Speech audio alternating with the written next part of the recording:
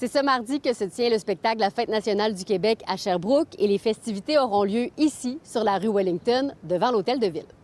D'abord, qui on pourra voir ici ce soir sur la scène? On a l'artiste québécois Frank Custeau qui est la deuxième fois qu'on book là, ici à Sherbrooke à la Fête nationale.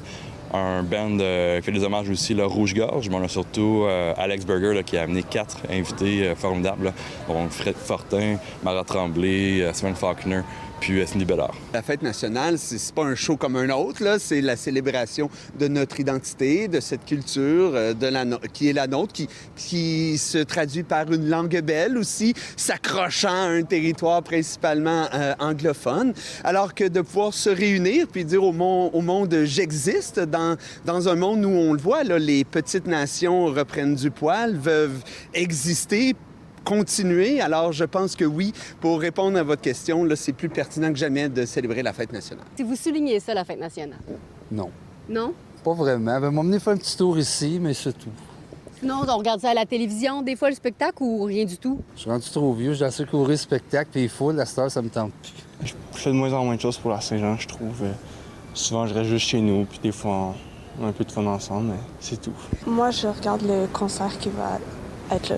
Oui, ici, sur place, sur Wellington. Ouais. Dans un contexte politique particulier, peut-être, cette année, il y a effectivement un engouement pour le projet référendaire, il y a un engouement aussi pour le PQ. L'identité québécoise, est-ce que vous sentez que c'est plus important que jamais pour les gens? On sent que la culture québécoise, la culture francophone, elle bouillonne de vie. On le voit chez les jeunes, cette réappropriation de notre culture, de nos héros d'hier. Alors non, franchement, la Société nationale, on est très heureux de voir ce qui se passe. Est-ce que tu trouves ça important encore en 2026 qu'on souligne la Fête nationale?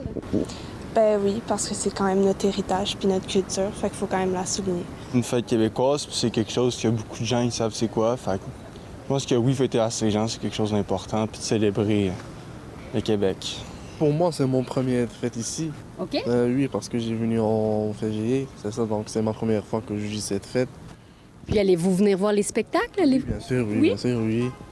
Êtes-vous excité de fêter ça pour la première fois? Oui, je suis très excité, oui. Bien, en fait, la capacité ici du site, c'est quand même 10 000 là, devant la scène.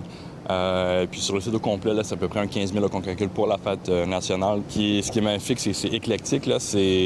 On a toutes les communautés immigrantes aussi qui sont là. On a des tout-petits de 5 ans, on a des personnes âgées qui viennent, qui amènent leurs chaises. Donc, on a la chance d'avoir toutes nos festivités gratuites là, pour ce qu'on fait chez ACVS. Mais la fête nationale, c'est là qu'on rassemble le plus de gens de vraiment tous les milieux. Les activités commencent à 18h30 à Sherbrooke, mais en tout, ce sont 34 municipalités de l'Estrie qui présentent des fêtes nationales mardi et mercredi. À Sherbrooke, Fanny Lachance-Paquette pour Nouveau Info.